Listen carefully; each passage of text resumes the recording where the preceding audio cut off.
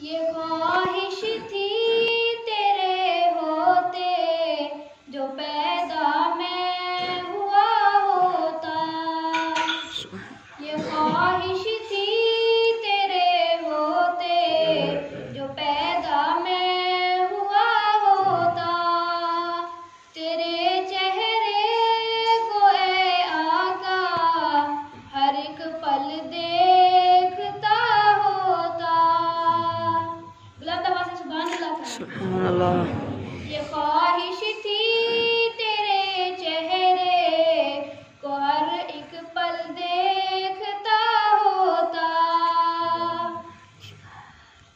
جو ہوتا تو پنگوڑے میں فلک پر چاند میں ہوتا، جو ہوتا تو پنگوڑے میں فلک پر چاند میں ہوتا، ادھر اٹھتی تیری انگلی ادھر کو میں پھرا ہوتا۔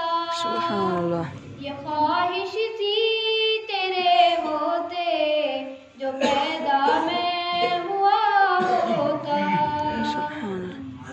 جب حضرت ابوبکر صدیق رضی اللہ تعالیٰ عنہ حضرت محمد صلی اللہ علیہ وسلم کو کندھے پر اٹھا کے غار ثور جا رہے تھے تو غار پہنچنے کے بعد ان کو باہر ٹھہرا دیا تاکہ غار کے سارے سوراخ اپنی چادر سے بند کر سکیں۔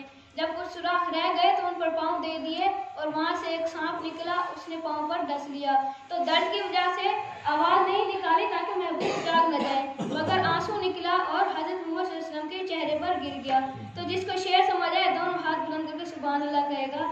شاعر کہتے ہیں ابوبکر کی آنکھوں میں جو آنسو تھا وہ میں ہوتا، سبحان اللہ۔ ابوبکر کی آنکھوں میں جو آنسو تھا وہ میں ہوتا، تیرے چہرے پہ اے آقا، تیرے چہرے پہ اے آقا عقیدت سے گرا ہوتا۔ سبحان اللہ۔